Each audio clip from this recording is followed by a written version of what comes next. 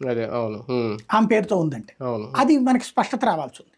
అదేంటి పెద్దిరెడ్డి వ్యవహారంలో రామచంద్ర యాదవ్ ఎంట్రీని ఎలా చూడాలి? అంటే పొలిటికల్‌గా టార్గెట్ చేస్తే టీడీపీ చేయాలి. లేదంటే ఆయన వచ్చి ఇందులో మాట్లాడడం, హైకోర్ట్ వరకు వెళ్ళడం. అంటే ఫ్రమ్ ద బిగినింగ్ చంద్రబాబు గారు ఏం చేస్తారంటే ఒక మనిషిని చుట్టూ బిగిస్తారు. హ్మ్.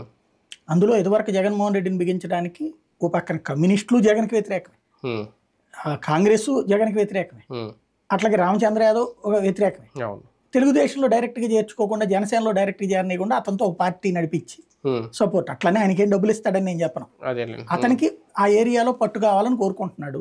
సంథింగ్ ఏదో పెద్దిరెడ్డికి ఇతనికి తగాదా ఏదో ఉంది. పైగా ఒక బీసీ నాయకుడుగా లేదంటే ఒక బీసీలకు పార్టీ పెట్టినట్టు అట్లాగా ఉంది. ఇంకోటి రెవల్యూషన్ ఓ రకంగా రెడ్ల మీద పోరాడుతున్నటువంటి యాదవ్, అది బీసీ. ఇది ఒక సెంటిమెంట్ కూడా రాయలసీమలో ఉపయోగపడిందిగా. ఇప్పుడు బీసీ ఓట్లన్నీ ఇటుకు పడ్డాయిగా. అదే అదే అవును. ఆ కోణంలో చూసుకుంటే టోటల్ గా చూసుకున్నప్పుడు పెద్దిరెడ్డి మీదకి రామచంద్ర యాదవ్ అనేటువంటిది చంద్రబాబు గారి ఆశీస్సులతో నడుస్తున్న ఒక ఆట. అదే అంటున్నాను. ఒక రాజకీయ కోణంలో చూసినప్పుడు రామచంద్ర యాదవ్ వెనక ఎవరు ఉన్నారంటే ఇంకా బాబు గారు ఉన్నారని అనుకోవాలి. అంతకు మించే ఒక రకం నిజంగా కోర్టు తీర్పు వ్యతిరేకంగా వస్తే ఆయన సభ్యత్వం రద్దు అవుతుందా? అసలు రానియండి చూద్దాం ముందు. కోర్టు తీర్పులు వ్యతిరేకంగా వచ్చేసే అంత సిచ్యువేషన్